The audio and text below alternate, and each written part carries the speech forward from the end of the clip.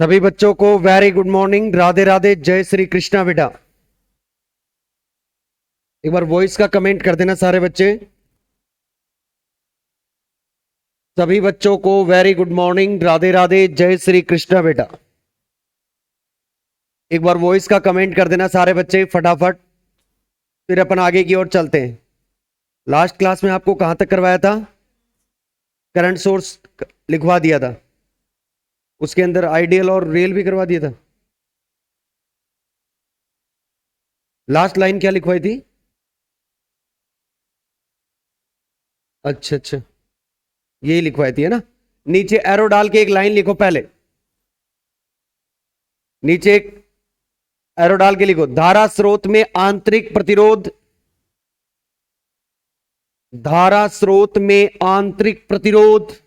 नीचे एरो डाल के लिखना, जहां तक कल लिखवाया तो उसके जस्ट नीचे एक लाइन लिखना,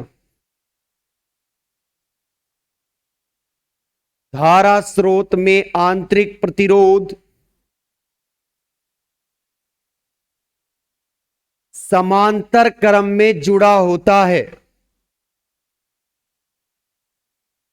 धारा स्रोत में आंतरिक प्रतिरोध समांतर क्रम में जुड़ा होता है।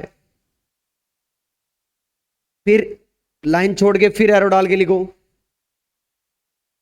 आंतरिक प्रतिरोध के आधार पर,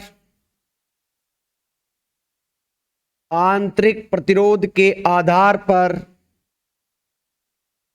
धारा स्रोत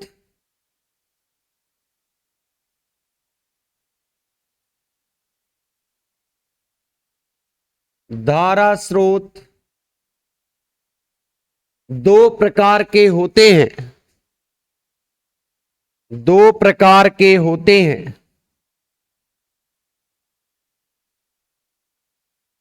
दो प्रकार के होते हैं।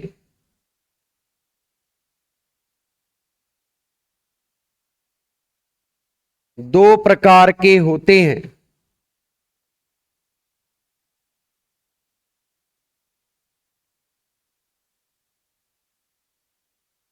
एक आदर्श धारा स्रोत और एक वास्तविक धारा स्रोत। दोनों उतारिए और इंग्लिश मीडियम वाले बच्चे लिखेंगे फटाफट। लिखो, कल जहां छोड़ा था उसके नीचे एक लाइन एरो डाल के लिखेंगे। लिखो, in current source, in current source internal resistance, internal resistance is connected, is connected in parallel, is connected in parallel। Second arrow डाल के लिखें, on the basis of internal resistance,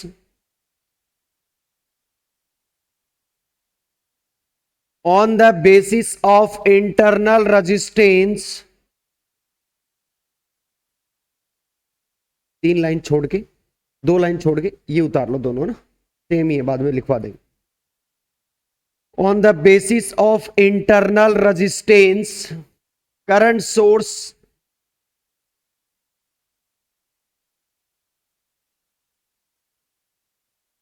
current source is of two types।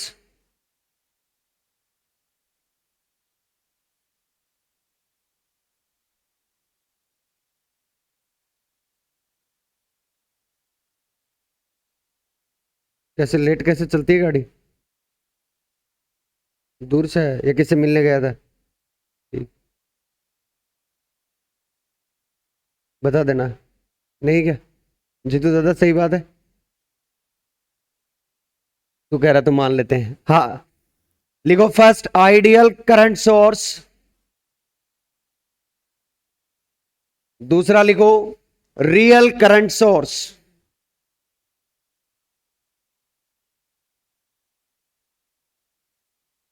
Clear है? पहली heading डालो, ideal current source, ideal current source. और सारे के सारे बच्चे बोर्ड पे आ जाओ। 3 लाइन छोड़ देना, 3 या 4, ठीक है ना, उसके बाद आपको करवा दे, लास्ट में जाते हुए लिखवा देंगे ना।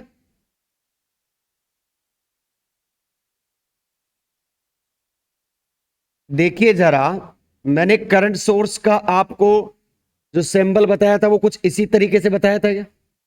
ठीक, इसमें मैंने तुम्हें पर्टिकुलर लिखवा दिया है पहले ही कि इसका जो आंतरिक प्रतिरोध है वो कहां जुड़ा हुआ होगा, इंटरनल रेजिस्टेंस कहां कनेक्टेड होगा, पैरेलल में, समांतर क्रम में, मैंने बताया ना अभी लाइन लिखवाई। और यहां क्या लगा हुआ होता है बेटा, एक लोड रेजिस्टेंस, ठीक है, ये क्या होता है, आर एल, यानी लॉर्ड प्रतिरोध, क्या होता है, लॉर्ड प्रतिरोध, लॉर्ड प्रतिरोध, लॉर्ड रेजिस्टेंस। और ये क्या होता है, एक धारा स्रोत, क्या होता है, एक धारा स्रोत, यानी करंट सोर्स। अब एक चीज ध्यान से सुनना सारे बच्चे, ध्यान से सुनिए, इसमें जो करंट आएगी वो कौन सी होगी, आई एस, आई एस। अब मुझे एक तरीके से एक बात बताना जरा तुम, ये इतने वाला पार्ट क्या कहलाएगा आपका, धारा स्रोत। पर ये आइडियल है या रियल है, इसकी बताएंगे अभी बात। बात तो मुद्दे की ये है तो करंट सोर्स, पर ये आइडियल है या रियल। अब देखो, वहां बात हो रही थी वोल्टेज की, कि वोल्टेज पूरा का पूरा कहां मिल जाए, यहां क्या है, करंट। तो मैं चाहता हूं कि ये करंट पूरी की पूरी कहां चली जाए, लोड पर। यदि पूरी की पूरी चली गई तो क्या है ये, आइडियल, पूरी नहीं गई तो क्या है, रियल। तो चलो मुझे ये बताओ कि यहां से करंट जाएगी, तो करंट को दो रास्ते हैं, जो पहले मिलेगा उसमें जाएगी। अब मैं ये चाहता हूं कि करंट यहां नहीं जाए, पूरी की पूरी करंट यहां जाए, तो इसके लिए मैं क्या करूं, इस आर एस को क्या वैल्यू रखूं, 0 रख दूंगा तो ये सीधा तार हो जाएगा, फटाफट करंट इधर से घूम जाएगी, क्योंकि धारा न्यूनतम प्रतिरोध को पहले क्या करती है, एक्सेप्ट करती। अरे एक तो आप बताओ, जब मोटरसाइकिल लेके जा रहे हो, एक तो ये पानी भरा हुआ खड्डा है और एक तरफ सपाट रोड अच्छी वाली, तो आप किस पे जाओगे, सपाट रोड का मतलब जीरो रेजिस्टेंस, खड्डे भरे का मतलब बहुत ज्यादा रेजिस्टेंस। तो यदि इसको सपाट रोड मिल गई तो ये तो इधर से घूम जाएगी, इस पे जाएगी ही नहीं। तो हमें तो क्या करना है, पूरी की पूरी यहां लेके जानी है। मैं क्या करूं, इसकी वैल्यू इतनी बढ़ा दूं कि यह जाने के लिए तैयार ही नहीं हो। आरएस की वैल्यू मैं क्या कर दूं, इनफाइनाइट। यदि आरएस की वैल्यू मैंने इनफाइनाइट कर दी तो ये इधर नहीं जाएगी, क्योंकि इससे डर लग रहा है, इधर खड्डा बहुत ज्यादा, किधर जाएगी, इधर, और पूरी पूरी कहां मिल जाएगी हमें, लोड पे। तो इस प्रकार की क्या कहलाएंगे आपके, ideal voltage, sorry ideal current source. तो यहां क्या लिखोगे, आरएस की वैल्यू क्या होनी चाहिए, इनफाइनाइट, यानी अनंत होनी चाहिए। बताओ दिक्कत है कोई, समझ में आई बात। चलो, तो पहले एक काम करें, इंग्लिश मीडियम वाले लिखिए, उसके नीचे डायग्राम बनाएंगे। लिखो पहले इंग्लिश मीडियम वाले, आइडियल करंट सोर्स में लिखना, current source, current source which is having infinite value of, current source which is having infinite value of internal parallel resistance।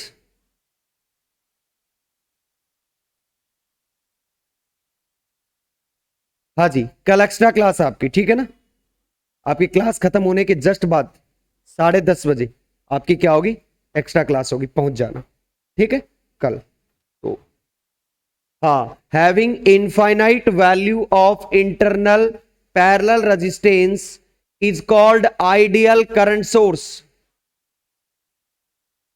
Ideal current source.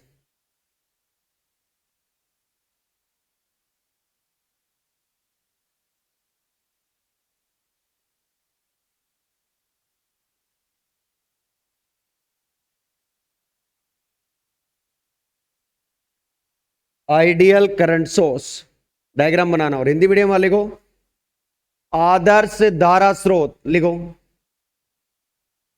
वह धारा स्रोत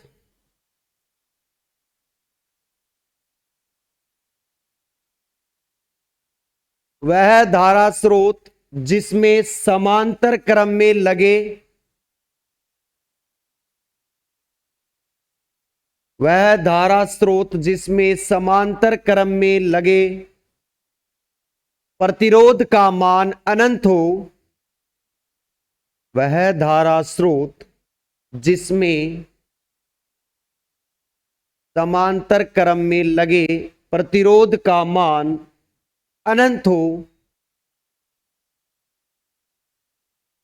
आदर्श धारा स्रोत कहलाता है। आदर्श धारा स्रोत कहलाता है।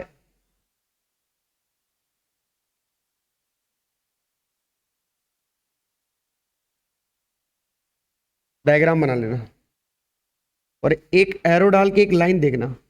यहां आरएस को संट प्रतिरोध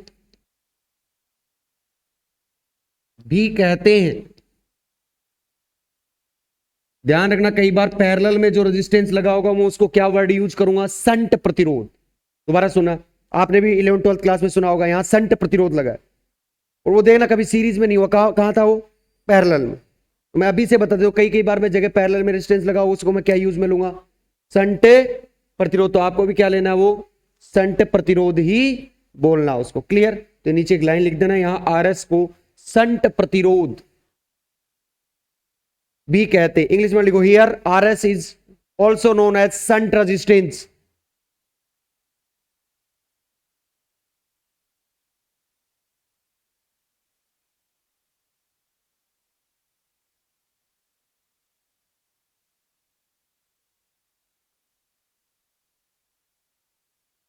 अजी भाई साहब, सेकंड डाले हेडिंग वास्तविक धारा स्रोत। और पहले हिंदी मीडियम वाले लिखेंगे कि इंग्लिश मीडियम वाले, उससे पहले मैं आपको बता दूं अब क्या है वास्तविक वाली कहानी। आगे बेटा, वास्तविक में कहानी में क्या है, आरएस की वैल्यू क्या होनी चाहिए बेटा। आरएस की वैल्यू इनफाइनाइट नहीं, कुछ भी हो। यदि कुछ भी हुई ना तो यहां करंट थोड़ी बहुत पक्का जाएगी। जाएगी तो यहां पूरी नहीं जाएगी तो ये क्या हो जाएगा, वास्तविक। इस बार इसमें क्या करना है, केवल इनफाइनाइट को हटा देना है और आरएस का कुछ ना कुछ मान होगा 100%। बाकी सारा खेल क्या रहेगा, सेम। तो पहले हिंदी मीडियम वाले लिखो फटाफट, वास्तविक धारा स्रोत। और इंग्लिश मीडियम वाले डालो रियल या प्रैक्टिकल करंट सोर्स।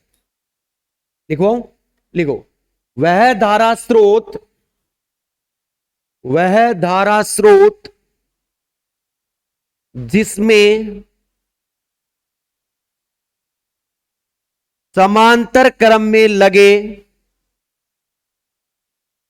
वह धारा स्रोत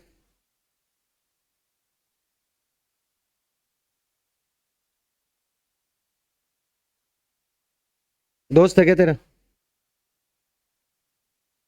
सारे दोस्तों या फर्स्ट ईयर से गहरी दोस्ती है? बहुत पुरानी है, अरे यार ठीक। सीमा हैदर जैसी, ठीक है। वह वह धारा स्रोत जिसमें समांतर क्रम में लगे संट प्रतिरोध का मान कुछ ना कुछ हो, कुछ ना कुछ हो, अर्थात अनंत न हो, अर्थात अनंत ना हो, वास्तविक धारा स्रोत कहलाता है। वास्तविक धारा स्रोत कहलाता है। इंग्लिश मीडियम वाले हेडिंग डालो रियल करंट सोर्स या प्रैक्टिकल करंट सोर्स। और लिखो इसके अंदर current source which is having, Hindi medium वाला डायग्राम बना लेना रे सुंदर सा, real current source which is having finite value of parallel internal resistance current source which is having finite value of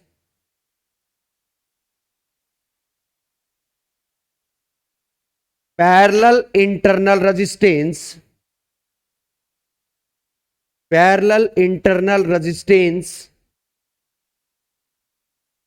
is called real current source, is called real current source.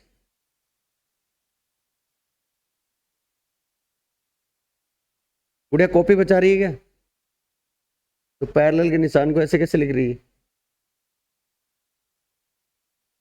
घर वालों की copy बचा रही है। चल ठीक। हाँ, diagram बनाओ फटाफट। आप हिंदी मीडियम से हो इंग्लिश मीडियम से? हिंदी। थोड़ा सा टाइम रुक जाओ, फिर नई डेफिनेशन के बाद लिख लेना ना।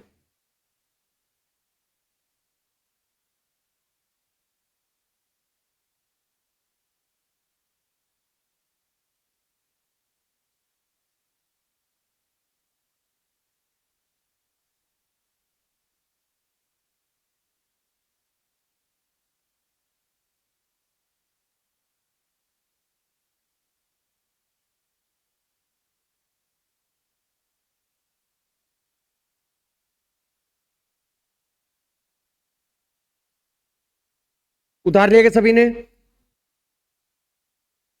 अब एक चीज ध्यान से सुनो, आजकल आपने पेपर दिए फर्स्ट ईयर में, आजकल क्या ट्रेंड आ रखा है नया कि थ्योरी के क्वेश्चन के साथ साथ क्या दे रहा है अगला? न्यूमेरिकल। और इस टाइप के न्यूमेरिकल देख रहा है जो आपने थ्योरी के छोटे से पार्ट को देखा है, आप उसके न्यूमेरिकल करते नहीं हो कई बार, और इसके न्यूमेरिकल जो मैं अभी करवाना हूं ना वो आया हुआ है। ठीक, तो अब एक काम करें, सेपरेट बोर्ड पे देखेंगे सारे बच्चे। और देखो एक बात, तुम्हें अच्छी तरीके से आती भी ये चीज, क्योंकि तुम अभी पढ़ के आए हो। बस अंतर कितना है कि तुम उसको करना नहीं चाहते। देखो नोट डालते हैं अपन, और इसका क्वेश्चन भी बताऊंगा कैसे आता है। नोट, मेरे पास एक सर्किट दिया हुआ है। क्या दिया हुआ है? एक सर्किट। और वो सर्किट कुछ इस तरीके से दिया हुआ है।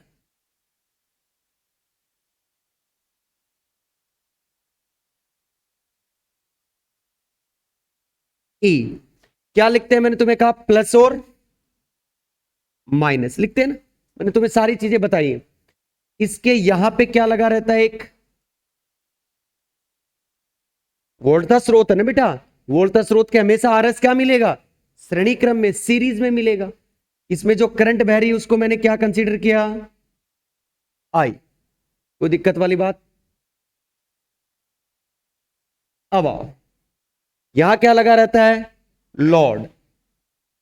क्या रहता है? लोड। उससे तुम्हें कोई मतलब नहीं, लोड कुछ भी हो सकता है, एक्स वाई जेड। अब इसको मैं कन्वर्ट करूंगा, ये क्या है आप मुझे बताओगे तो मैं इसके नीचे क्या लिखूंगा? वोल्टता स्रोत, यानी वोल्टेज सोर्स। अब मुझे इसे इंप्लीमेंट करना है किसमें? करंट सोर्स में। क्या मैं करंट सोर्स से वोल्टेज सोर्स में जाऊं और मैं वोल्टेज सोर्स से करंट सोर्स में जाऊं, वाइस वर्सा, दोनों में? समझ रहे हो? आप कोचिंग से कोचिंग, घर से कोचिंग, घर भी जा सकते हो आप, और कोचिंग से घर जा ही रहे हो और घर से कोचिंग आ ही रहे हो। सहारा किसका ले रहे हो? बस का, चल के, या किसी से। तो आपका एक बीच का जो साधन है उसको इस्तेमाल करके अपन करंट से वोल्टेज और वोल्टेज से करंट। तो है क्या? देखो सारे बच्चे, इंपॉर्टेंट बात है भाई, ध्यान सुन लेना। ये छोटी छोटी बातें आपको लगी रही होंगी ऐसे, ये मास्टर ऐसे ही कर रहा है, छोटी छोटी बातें दे, 5-10 दिन गोली दे रहा है ऐसे कर करके। ठीक है, ले फीस जमा करवा दे। फीस जमा कराने वाली बात नहीं है, अपनी फीस इतनी है ही नहीं कि अफोर्डेबल ना हो। आप मान लो दे के भी आ गए तो ऐसे मान लेना जीटी एक दिन पिज्जा खा के आ गए अपने दोस्तों के साथ, गया है क्या? तो फिर काहे की दोस्ती है? पिज्जा तो खाना चाहिए आदमी को। इधर आ, अब देख, इस वोल्टेज सोर्स की जगह मैं क्या लगा दूं? Current source. करंट सोर्स ये लगा दे, ठीक। और करंट सोर्स के हमेशा आंतरिक प्रतिरोध कहां लगेगा? तो ये जो वाला आंतरिक प्रतिरोध आपको दिया रहेगा, ये वाला, मान लो मैं इसका वैल्यू दे देता हूं आर। क्या दे दूं इसकी वैल्यू? आर। तो अब ये आर कहां आ जाएगा? इसके पैरेलल में। आर तो आ गया बेटा पैरेलल में। आर की मुद्दे की बात नहीं है, मुद्दे की है कि इस ई को आई में कैसे कन्वर्ट करें। मेन बात तो है। तो मैं क्या, देखो साइड में लिखता हूं, इस परिपथ में कौन सी धारा प्रवाहित हो रही है। ऊपर आपको देखा हो तो मैंने क्या लिखा है, देखो क्या लिखा हुआ है, आई। तो एक लाइन लिखते हैं अपन, इस परिपथ में प्रवाहित धारा आई है। क्या लिखोगे? यहां लिखना इस परिपथ के बारे में, इस परिपथ में प्रवाहित धारा क्या है? आई है। जो इस सर्किट में करंट फ्लो हो रही है वो कौन सी है? आई है। तो एक बात बताओ, तो क्या आप ये formula V equal to I R, V को अपन ई भी लिखते हैं, ई लिखा हुआ ना, क्या लिखते हो? आई आर, मैंने बताया भी था। V equal to I R, फिर भी पढ़ाएंगे ओम का नियम वगैरह वगैरह, ठीक है ना, सारी चीज। तो आप यहां से आई की वैल्यू निकालनी हो तो क्या करोगे? ई अपॉन आर कर सकते हो क्या? इसका मतलब आपके पास डायरेक्ट हो गई कि मैं यहां पे क्या लिख दूं, I is equal to E upon R. तो यानी आपको कोई भी क्या दिया हुआ हो, वोल्टेज सोर्स, उसकी वैल्यू दी हुई होगी, इंटरनल रेजिस्टेंस की वैल्यू दी होगी, ई के नीचे आर का भाग लगा देना, वो तो यहां आ जाएगा, और जो ये आर लगा हुआ है वो कहां जाएगा? पैरेलल में। अब मान लो आपको ये दे दिया, ये सारी चीज दी हुई होगी, तो इस आई को किससे मल्टीप्लाई करना? आर से आर, क्या बचा? इस आर को उठा के, आपके दोनों कन्वर्जन हो गए नहीं हो गए, सच बताओ। तो मैं इसके नीचे ऐसे लगा दूं क्या, इस टाइप का सिंबल लगा दूं क्या, कि आप इससे इसमें जा सकते हो और इससे, कोई दोहराए वाली बात। फटाफट एक काम करें, सुंदर सुंदर अक्षरों में नोट डाल के लिखें, ये लो।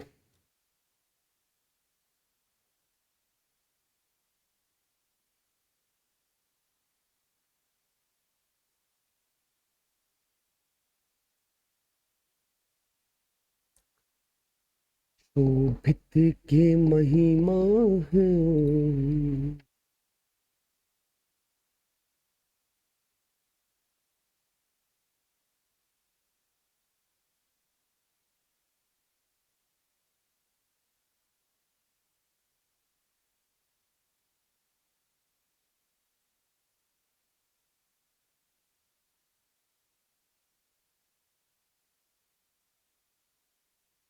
दोनों चौधरी कमेंट कर दे। पूरे दिन तो तू इंस्टाग्राम चलाता है, और गाना भी खतरनाक, यार तेरा बेरोजगार। बताओ, तो अभी तो बेरोजगार ही रहेगा तू। इंस्टाग्राम हमेशा। तू मेरे को फॉलो करता है? आईडी में दे दूंगा यार, एक मेरा फॉलोअर बढ़ेगा, क्यों नहीं दूंगा मैं, बता।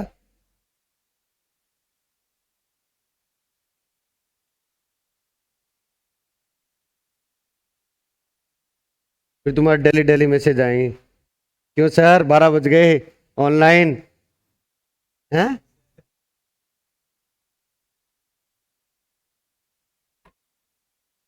कल ही चोरी हुआ? अरे यार ये तो दुख। पकड़ के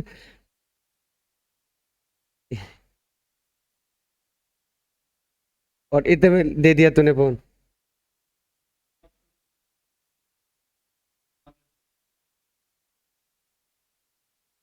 फिर वो बकाया।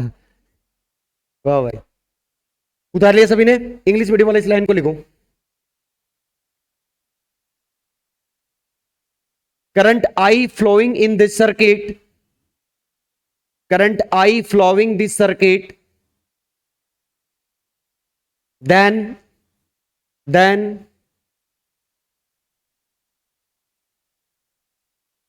then V is equal to E is equal to IR,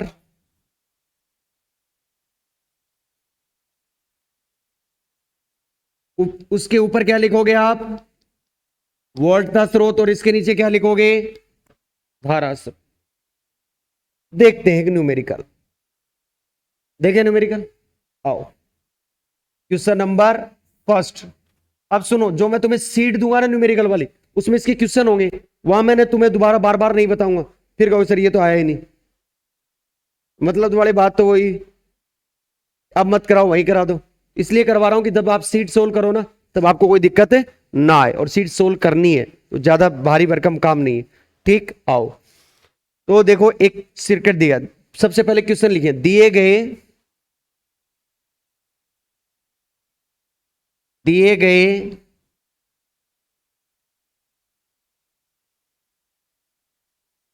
वोल्टता, या दिए गए परिपथ लिख लो, दिए गए परिपथ को धारा स्रोत परिपथ में परिवर्तित कीजिए। क्या करिए? या बनाओ या परिवर्तित करो, एक ही बता। आओ कोई भी एग्जाम्पल ले लेते हैं अपन, है ना। जैसे मैंने एक एग्जाम्पल लिया, ये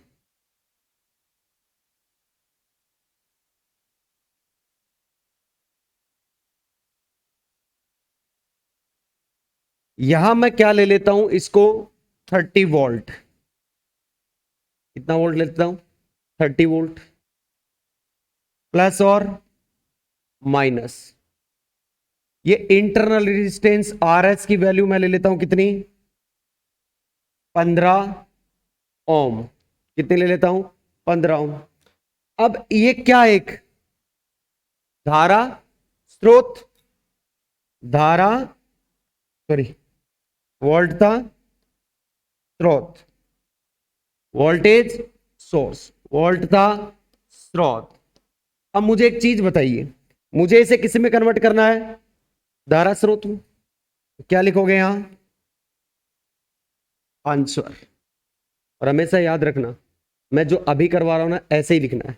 सबसे पहले कोई भी न्यूमेरिकल आए यहां क्या लिखोगे? यहां, हियर। यहां क्या क्या चीज आपके सामने है? क्या ई की वैल्यू क्या आपके सामने? 30 वोल्ट। और क्या क्या चीज दी हुई है तुम्हें?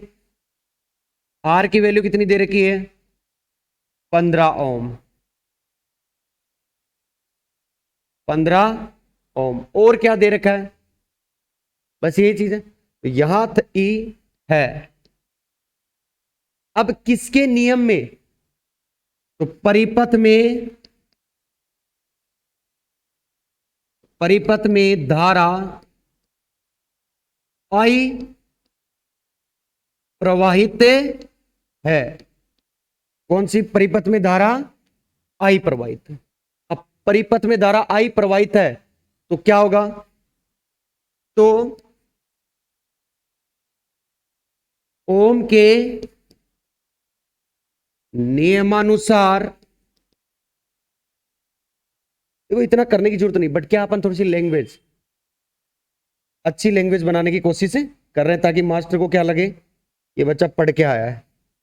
ओम के नियमानुसार, ओम के नियमानुसार क्या लिखोगे? I is equal to E upon R. E कितना है? 30। ये कितना है? 15। कितना आया भैया? 2। डायमेंशन क्या होगी इसकी? एम्पियर। डायमेंशन जरूर लिखनी है आंसर में, जब भी आप न्यूमेरिकल करो डायमेंशन जरूर लिखोगे। तो अब इसका कैसे कन्वर्टेबल हो गए? ये लो करंट है सोर्स, यहां जो इंटरनल रेजिस्टेंस लगा वो कहां लगेगा? यहां। कितना था? 15 ओम। ये लो, यहां पे कितना आएगा? 2 एम्पियर। किसमें कन्वर्ट हो गए? धारा। आप ऐसे कैसे कोई भी सर्किट आ जाए उसको कन्वर्ट कर सकते हो ना। तो क्वेश्चन आए कि एक धारा स्रोत को वोल्टता स्रोत में परिवर्तित कैसे किया जाता है, उदाहरण सहित समझाइए। अब समझा सकते हो। या फिर ऐसे आए, एक धारा स्रोत को वोल्टा स्रोत में कैसे परिवर्तित किया जाता है, उदाहरण सहित समझाइए। यानी आपको कन्वर्ट करना है एक current source to voltage source और एक voltage source to current source with example. तो आप ऐसे कर सकते हैं। फटाफट उतारिएगा इसको, फिर आगे चलेंगे। क्यों भाई जीतू दादा, सही है? तो फटाफट उतार ले भाई।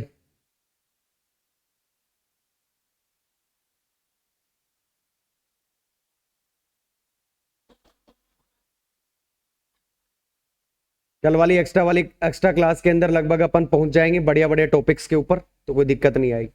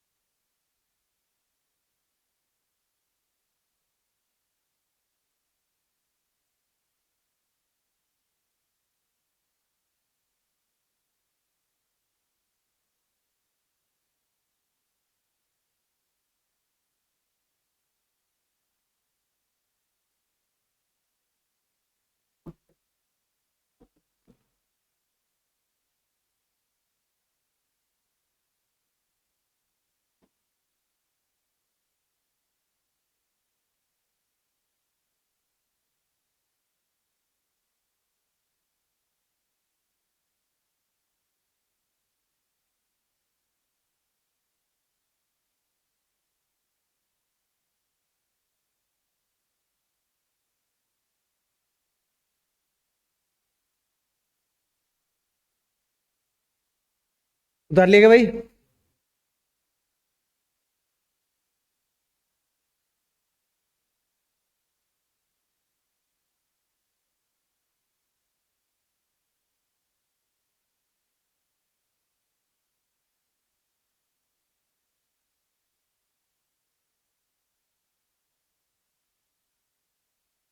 सौरभ समझ में आ रहा है ना?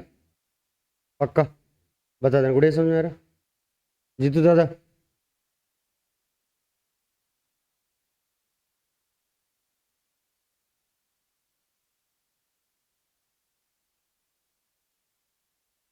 कल थोड़ा जल्दी आ जाना, ताकि क्या है 5-7 मिनट पहले मैं पीछे का आपको यहीं बैठ के समझा दूँ। हाँ, कितने, मैं तो 7 बजे आ जाता हूँ। अब आपकी चॉइस है कितने बजे आते हो आप। मैं तो प्रैक्टिस कर रहा हूँ सुबह 7 बजे आने की। कभी 7:05 पे पहुंचता हूँ, कभी 7:08 पे पहुंचता हूँ, कभी 7:15 पे। सुबह फर्स्ट ईयर के भी 5 अगस्त से चालू है ना, इसलिए तो प्रैक्टिस कर रहा हूँ सुबह आने की जल्दी। बहुत दिनों से सुबह आए नहीं है ना।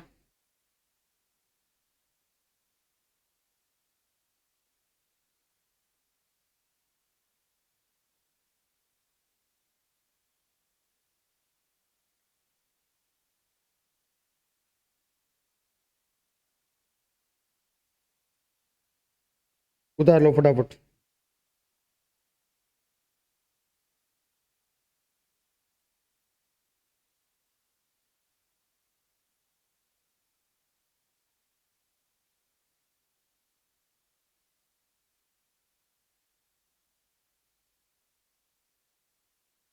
चलें आगे।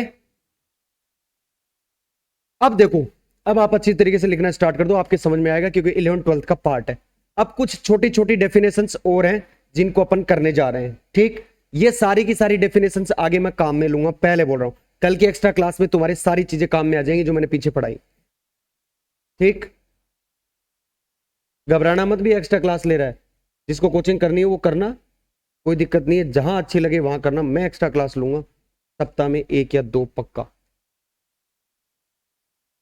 मुझे 10 अक्टूबर से पहले इलेक्ट्रॉनिक्स करवाना है, तो मतलब करवाना है। आपको जहां उचित लगे दिसंबर तक करवाते हैं, वहां से करना, कोई दिक्कत नहीं है, क्योंकि अपने कोई ज्यादा कोई फर्क पड़ने वाला नहीं। 1499 रुपए में जिंदगी वैसे भी अच्छी चल रही है, तो घबराने की जरूरत नहीं। आगे वाली हेडिंग डाले, प्रतिबाधा, इंपीडेंस। इंपीडेंस, प्रतिबाधा, नाम से कुछ ऐसा लग रहा है क्या? प्रतिबाधा, आपके प्रति बाधा उत्पन्न करने वाला। आपका मतलब यहां धारा है, धारा के लिए प्रतिबाधा बाधा उत्पन्न करेगा।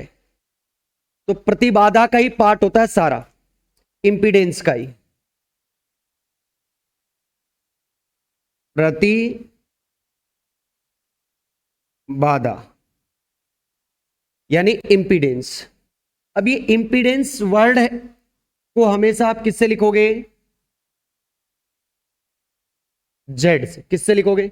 जेड से। आपने लिखा भी होगा प्रतिबाधा को 11th 12th क्लास में, एलसीआर सर्किट वाले याद करो। और बीएससी पार्ट फर्स्ट में भी पढ़ा था प्रतिबाधा, जेड बहुत सही जगह लिखा था। तो प्रतिबाधा से लिखते हैं इसको।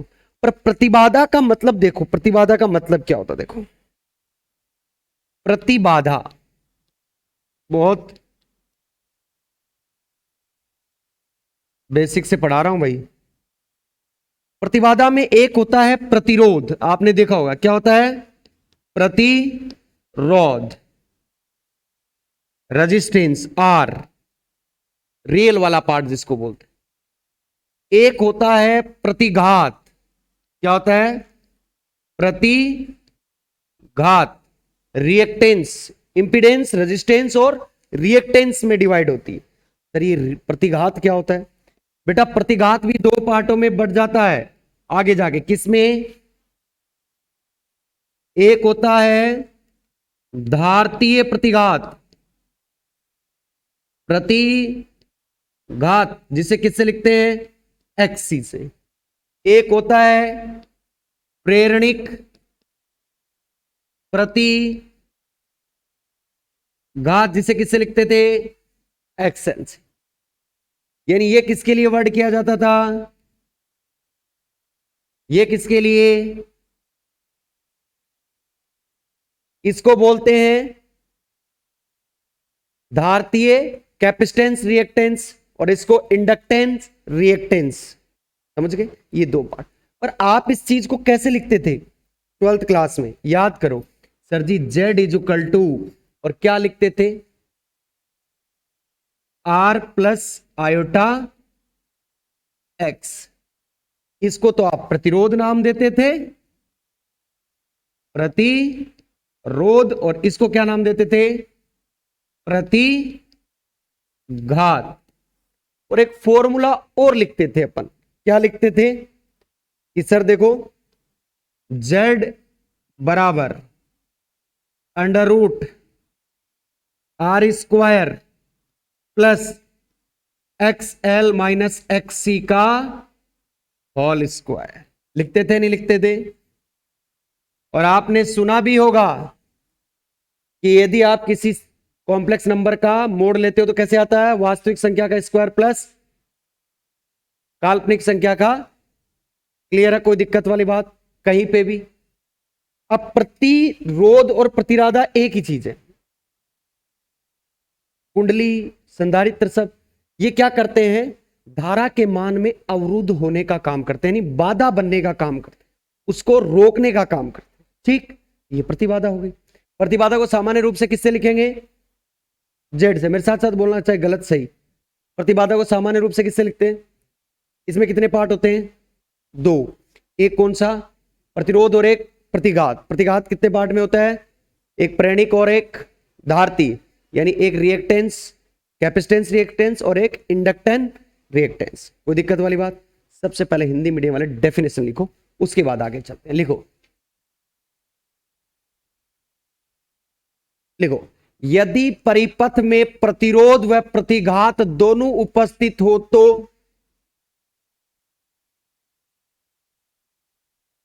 यदि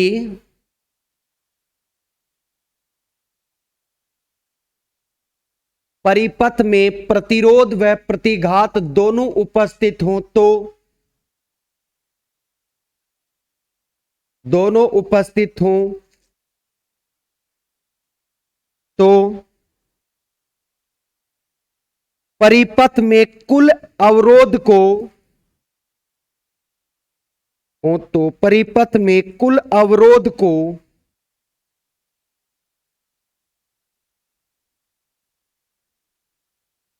प्रतिबाधा, प्रतिबाधा के रूप में प्रदर्शित किया जाता है।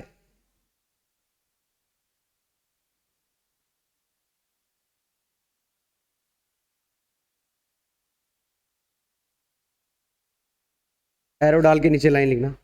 एरो डाल के अलग से सेपरेट। इसे सामान्यतः जेड द्वारा प्रदर्शित किया जाता है।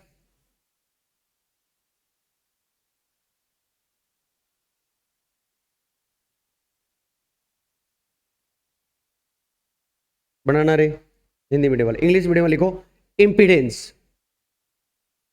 लिखो if resistance and reactance, if if resistance and reactance both are present in circuit, both are present in circuit,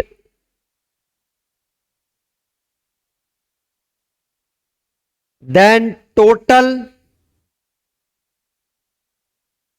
obstruction in flow of the current, then total obstruction in flow of the current is called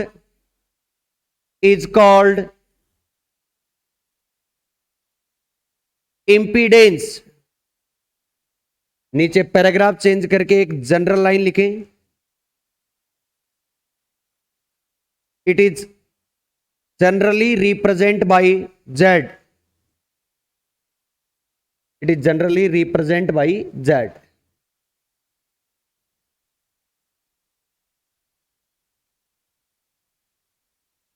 उतारो, क्या लिखोगे? Impedance Z R X।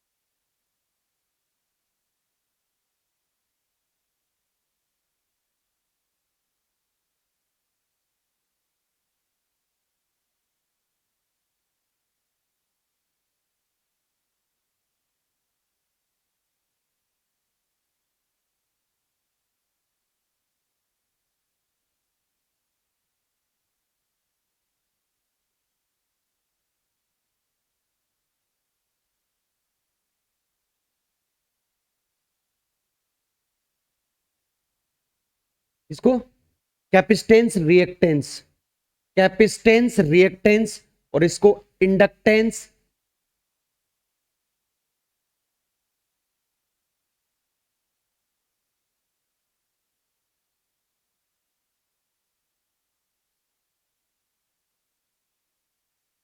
उतार लिया Hindi medium वालों ने?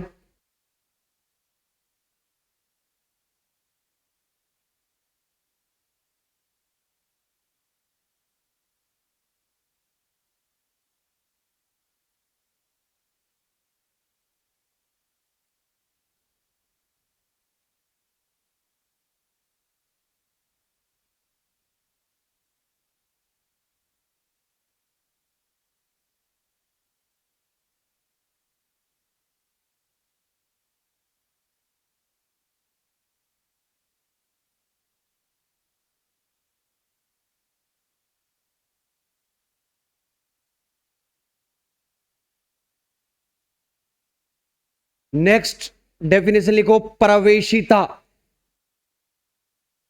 Admittance. आगे वाले heading डाले प्रवेशिता, प्रवेशिता, एडमिटेंस। ब्रैकेट में लिखे कैपिटल वाई, एडमिटेंस। अब ध्यान सुनिए, प्रतिबाधा और प्रवेशिता एक ही चीज होती है, बट होता क्या है, प्रतिबाधा का उल्टा होती है। क्या होती है? उल्टा होती है। नीचे एक लाइन लिख दो, बस जस्ट लिखो, प्रतिबाधा के व्युत्क्रम को प्रवेशिता कहते हैं। प्रतिबाधा के व्युत्क्रम को प्रवेशिता कहते हैं।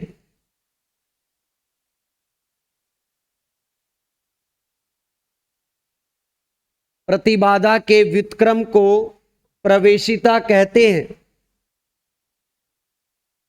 इसे सामान्यतः कैपिटल Y द्वारा प्रदर्शित किया जाता है। प्रतिबाधा के व्युत्क्रम को प्रवेशिता कहते हैं। इसे सामान्यतः Y द्वारा प्रदर्शित किया जाता है।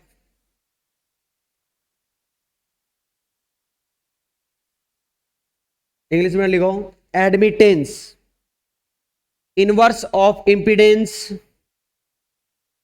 Inverse of impedance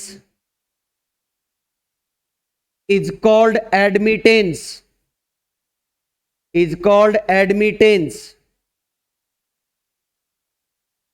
It is generally represented by, it is generally represented by capital Y.